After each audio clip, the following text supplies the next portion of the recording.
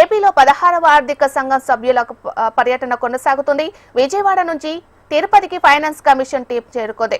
కాసేపట్లో తిరుపతి స్థానిక ప్రజా ప్రతినిధులు, వ్యాపారులతో పనగారియా బృందం భేటీ కానుంది. ఏపీలో 3 రోజుల పర్యటనలో భాగంగా నిన్న విజయవాడలో 16వ ఆర్థిక సంఘం పర్యటించింది. ఏపీ సెక్రటేరియట్ లో సీఎం చంద్రబాబుతో 16వ ఆర్థిక సంఘం చైర్మన్ పనగారియా అండ్ టీం భేటీ అయ్యింది. రాష్ట్రంలో కూటమి ప్రభుత్వం అధికారంలోకి వచ్చిన తర్వాత చేపట్టిన అభివృద్ధి సంక్షేమ కార్యక్రమాలను ఆర్థిక సంఘం సభ్యులకు సీఎం చంద్రబాబు వివరించారు.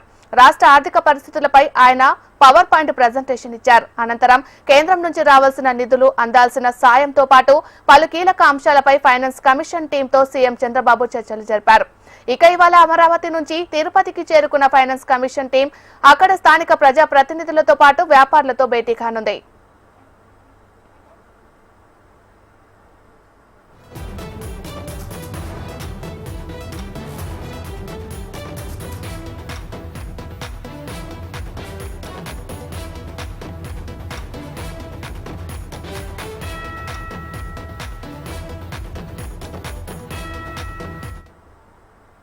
ఏపీలో 16వ ఆర్థిక సంఘం సభ్యుల పర్యటన కొనసాగుతుంది. విజయవాడ నుంచి తిరుపతికి finance commission team చేరుకోనుంది.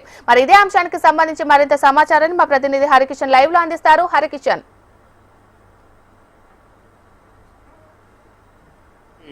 Arvind Panagariya నేతృత్వంలోని 5గురు సభ్యుల బృందం నిన్నంతా కూడా అమరావతిలో పర్యటించింది. ప్రధానంగా ముఖ్యమంత్రి స్వయంగా ఈ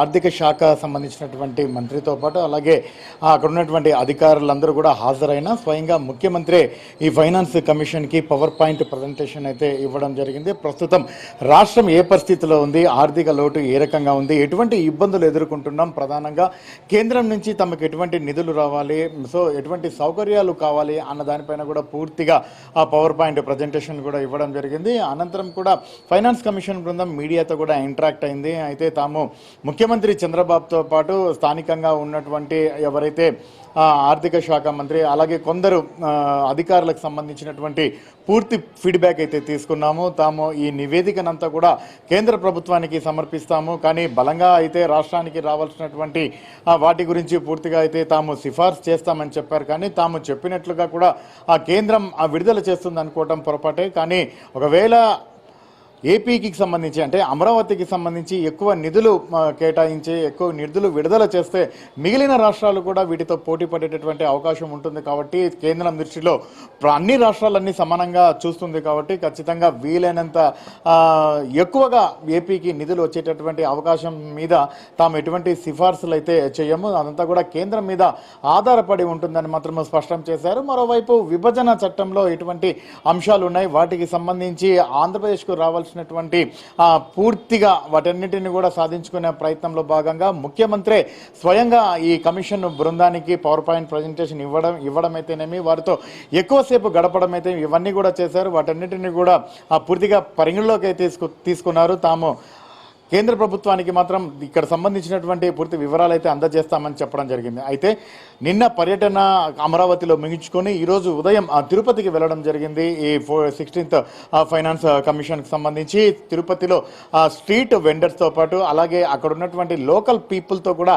ఇంటరాక్ట్ అవుతుంది. అక్కడ స్థానికంగా ఎటువంటి పరిస్థితులు ఉన్నాయి, ఆదాయానికి సంబంధించి ఏ రకంగా ఉంది, ప్రస్తుతం ఆ ప్రాంతం అభివృద్ధి ఏ రకంగా ఉంది అన్నటువంటి దానిపైన పూర్తిగా ఈ బృందం అయితే అధ్యయనం చేయనున్నటువంటి పరిస్థితి ఉంది. మొత్తానికి మాత్రం 16th ఫైనాన్స్ కమిషన్కు సంబంధించి రాష్ట్రానికి అంటే పెద్ద ఎత్తున నిధులు సమకూరుతాయని చెప్పేసి కూడా ఇటు ముఖ్యమంత్రితో పాటు మిగిలిన మంత్రులు అలాగే అధికారులు అందరూ కూడా ఆశలు పెట్టుకున్నారు. మరి ఈ ఆశలను ఈ ఫైనాన్స్ కమిషన్ బృందం కేంద్ర ప్రభుత్వానికి ఎటువంటి నివేదికను అందజేస్తుందో, మరి ముఖ్యంగా విభజన చట్టంలో ఉన్నటువంటి ప్రతి హామీని అమలు పరిచేలా ఖచ్చితంగా అంటే కూటమి ప్రభుత్వం డబుల్ ఇంజన్ సర్కార్తో ఉంది. కాబట్టి ఆ విభజన హామీలన్నీ కూడా అమలు పరిచేలా చర్యలు తీసుకుంటామని ఇప్పటికే కేంద్ర ప్రభుత్వం రాష్ట్ర ప్రభుత్వానికి స్పష్టమైనటువంటి హామీ ఇచ్చినటువంటి నేపథ్యం. అలాగే కేంద్ర ప్రభుత్వంలో కీలకంగా వ్యవహరిస్తున్నటువంటి రాష్ట్ర ప్రభుత్వం ప్రస్తుత పరిస్థితి కొనసాగుతుంది. కాబట్టి ఖచ్చితంగా 16th ఫైనాన్స్ బలంగా ఏపీకి రావాల్సినటువంటి నిధులు విధుల గురించి స్పష్టంగా వివరించగలిగితే అవన్నీ కూడా కేంద్రం నుంచి వచ్చేటటువంటి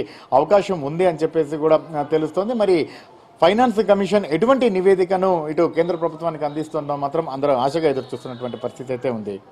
Meenakshi. Right, thank you Harikishan.